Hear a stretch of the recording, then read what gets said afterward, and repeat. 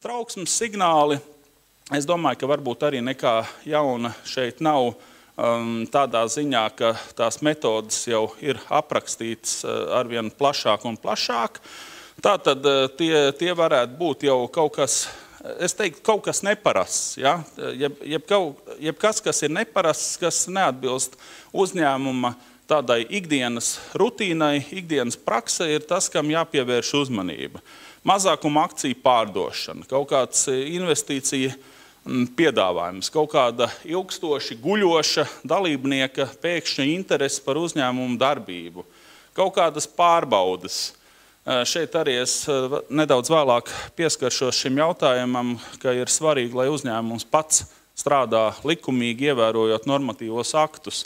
Jo, ja ir melnās kases, ja ir tā saucamie skeleti skapī, tas ir ļoti vērtīgs instruments, svira, pie kuras pieķerties šim reiderim, lai šantažētu uzņēmumu vadību, lai šantažētu pārējos dalībniekus.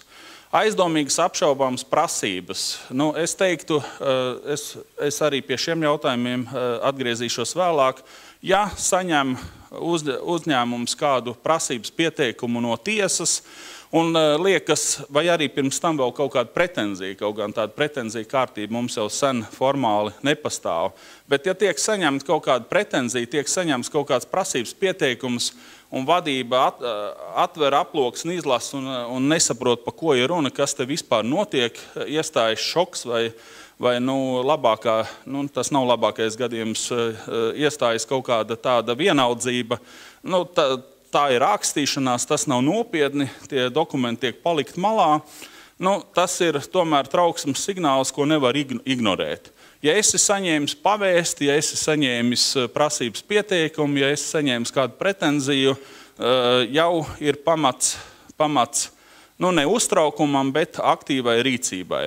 Par tukšām aploksnēm es pats savu klientu praksē neesmu tādām saskāries, bet kolēģi arī min savās uzstāšanās reizēs par tām tukšām aploksnēm. Tās var būt tukšas, burtiski, tās var saturēt kaut ko nenozīmīgu, tās var saturēt uz Ziemassvētku laiku varbūt arī Ziemassvētku apsveikumu. Bet jāpievērš, manuprāt, uzmanība ir tam, vai gadījumā šī aploksne nav ierakstīta. Jo tukšas aploksnes sūtīšanas mērķis ir it kā piefiksēt to faktu, ka tā saucamais parādnieks ir brīdināts par kaut ko, par iespējamu maksātnespējas pieteikumu, saistību nenokārtošanas gadījumā, par iespējamu prasības celšanu vai kaut ko citu. Ja ir aploksne tukša un turklāt vēl redzams, ka sūtījums ir ar paziņojumu par saņemšanu vai vienkārši ierakstīt vēstuli, tas jau ir pamats tātad šai te aktīvai rīcībai, ne panikai, ne uztraukumam, bet šādiem pragmatiskiem vēlāk manis pieminētiem soļiem.